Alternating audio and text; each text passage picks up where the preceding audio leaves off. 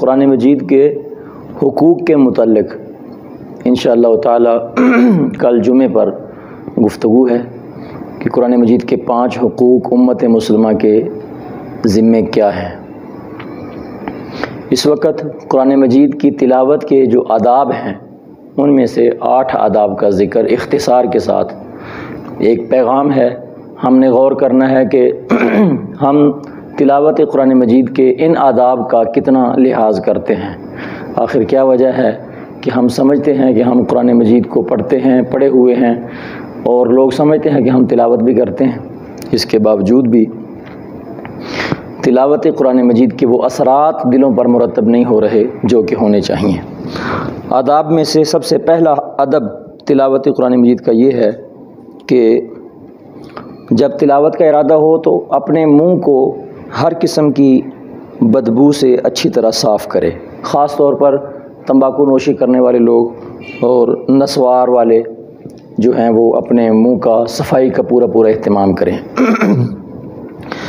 کچا لہسن پیاز کھانے والوں کو چاہیے کہ وہ اچھے طریقے سے مسواک یا پیسٹ کے ساتھ اپنا منہ صاف کر کے پھر قرآن مجید کی تلاوت کریں۔ سب سے بہتر یہ ہے کہ تلاوت قرآن مجید کرتے وقت اپنے منہ میں الائچی رکھیں یا پھر کوئی نہ کوئی خوشبو استعمال کریں، کیونکہ فرشتے تلاوت قرآن کے وقت حاضر ہوتے ہیں اور بدبو سے پھر ان کو تکلیف ہوتی ہے اور خوشبو سے ان کو راحت ملتی ہے۔ دوسرا ادب یہ ہے کہ باوضو تلاوت کرے۔ قرآن مجید کو بغیر وضو کے چھونا جائز نہیں، باوضو تلاوت جو ہے اس کے اثرات روح پر اور دل پر مرتب ہوتے ہیں۔ تیسرا ادب یہ ہے کہ قرآن مجید کو کسی پاک اور صاف جگہ بیٹھ کر تلاوت کرے۔ سب سے بہتر جگہ مسجد ہے، اور اپنے گھر میں بھی کرے تو بہت اچھا کہ اپنے گھر کو قرآن کی تلاوت سے آباد کرنا چاہیے۔ جس گھر میں قرآن کی تلاوت نہیں ہوتی وہ گھر قبرستان کی طرح قرار دیا گیا حدیث پاک میں، لیکن پاک صاف جگہ بیٹھ کر تلاوت کرے۔ چوتھا ادب یہ ہے کہ قرآن مجید کی تلاوت شروع کرنے سے پہلے تعوذ یعنی اعوذ باللہ من الشیطان الرجیم پڑھے، بسم اللہ الرحمن الرحیم پڑھے۔ پانچواں ادب یہ ہے کہ تلاوت قرآن کے دوران قرآن مجید کی آیات کے معنی اور مفاہیم مطالب پر غور و فکر کرے، تفکر اور تدبر کے ساتھ، غور و خوض کے ساتھ اللہ کے قرآن کی تلاوت کرے، اور جس آیت میں مضمون ایسا ہو کہ ایمانی اور روحانی سکون ملے اس وقت چاہیے کہ اس آیت کو بار بار تلاوت کرے، دہرائے۔ آقا حضور نبی پاک علیہ الصلوۃ والسلام نے ایک رات ساری رات قرآن مجید کی سورۃ المائدہ کی آیت نمبر 78 کی تلاوت فرماتے رہے۔ ان تعذبہم فانہم عبادک وان تغفر لہم فانک انت العزیز الحکیم۔ یہ پوری رات آپ اسی آیت کو بار بار تلاوت فرماتے رہے۔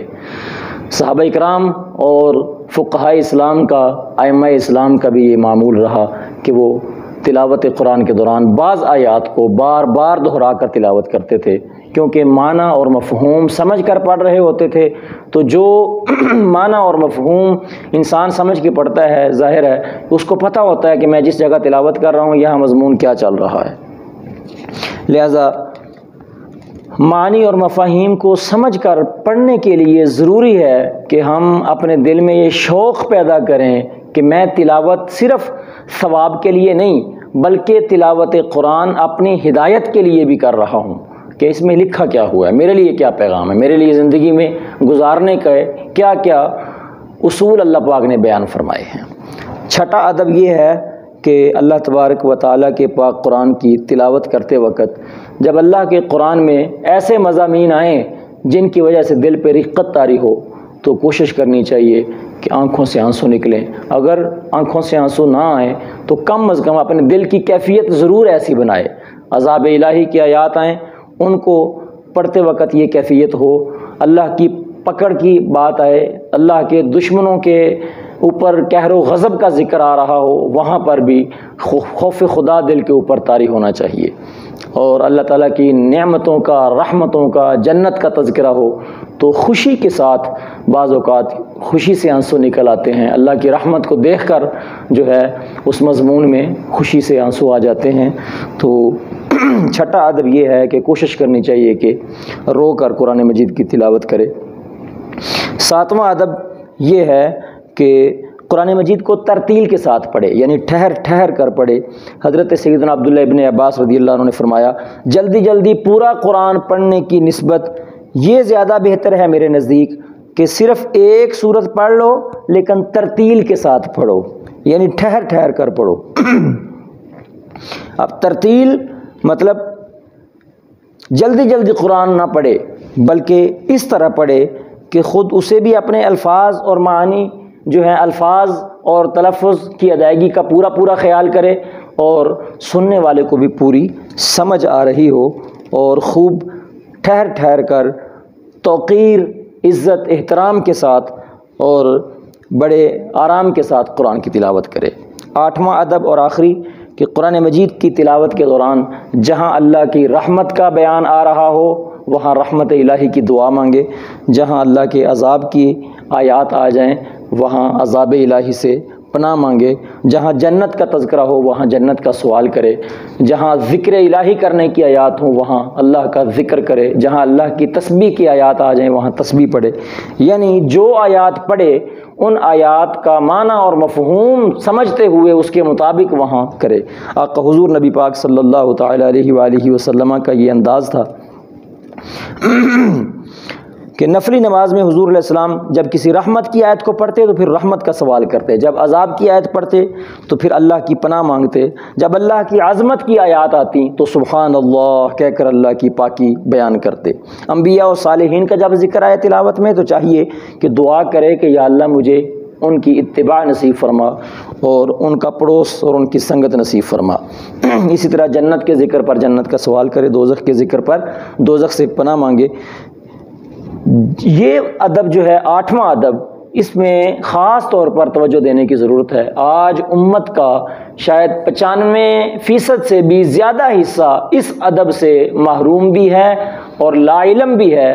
نا واقفیت کی بنا پر لوگوں کا اس طرف توجہ ہی نہیں رہی کہ تلاوت قرآن کرتے وقت ہمیں اس کے معنی اور مفہوم کو سمجھنا چاہیے۔ اسی مقصد کے لیے ہمارے دل میں ایک درد ہے کہ امت کے اندر گھر گھر میں یہ ایک پیغام پہنچے اور ہر گھر میں یہ فکر پیدا ہو کہ ہم نے خود اور اپنے بچوں کو تلاوت قرآن معنی کے ساتھ ترجمہ اور تفسیر اور مفہوم سمجھتے ہوئے، مطالب اور معانی کو سمجھتے ہوئے تلاوت قرآن کرنی ہے۔ اللہ ہم سب کو ان آداب کے ساتھ قرآن مجید کی تلاوت نصیب فرمائے، آمین۔ کعبہ تو دیکھ چکے، کعبے کا کعبہ دیکھو، حاجیوں آؤ شہنشاہ کا روضہ دیکھو۔